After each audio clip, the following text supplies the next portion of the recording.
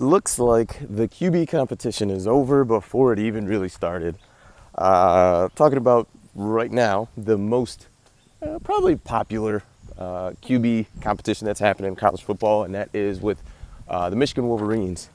They won their first game against Colorado State 55-0.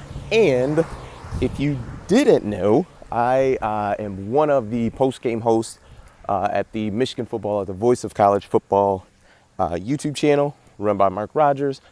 So I am there live 5 to 6 p.m. Eastern Standard Time on Wednesdays, and then Saturdays right after the Michigan Wolverines wrap up. So feel free to tune in. But anyway, random, but had a friend who actually had some tickets. I had planned to go and tailgate with some friends who had tickets to the game. And we're just going to tailgate and hang out. There's a few people in our group that were going to just hang out and weren't going to go into the game. But ended up getting tickets. And they were awesome tickets, by the way. But myself, my wife, and my youngest daughter, we were able to experience our first game at the big house. And I had a great time. It was warm. We had really good seats. It was cool seeing a lot of just big plays and things of that nature. Just overall, like it was cool to watch. But as far as the QB competition, right? Jim Harbaugh mentioned that Cade was going to start game 1, JJ game 2, and then make a decision from there. It may keep going, blah blah blah. I think that story has been told.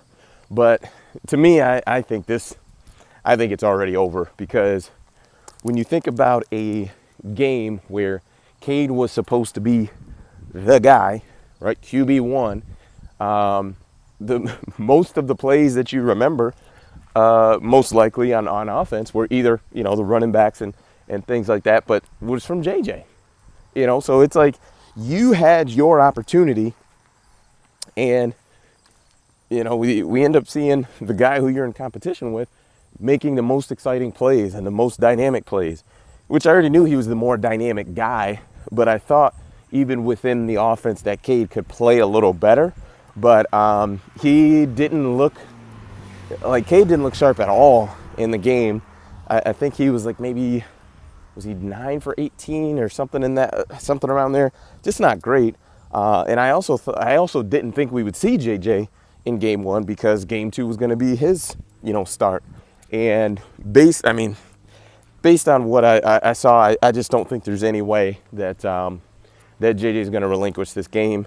He's going to, or the position, he's going to play against Hawaii next week, this week, and I believe that's an 8 p.m. game, but nonetheless, Hawaii is really, really bad. They gave up 63 to Vanderbilt in week 0. I don't see how JJ doesn't go out there and have 300 plus yards of total offense, 2 or 3 touchdowns, maybe even more than that. But I think once the dust settles after game 2, it's just going to be such a wide margin of production and success for, JJ over Cade, that I think the decision is already over. So let me know your guys' comments.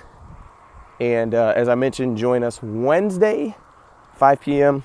Eastern Standard Time, and just search Michigan football at the Voice of College Football, and tune in and let me know your thoughts. Cool. Peace.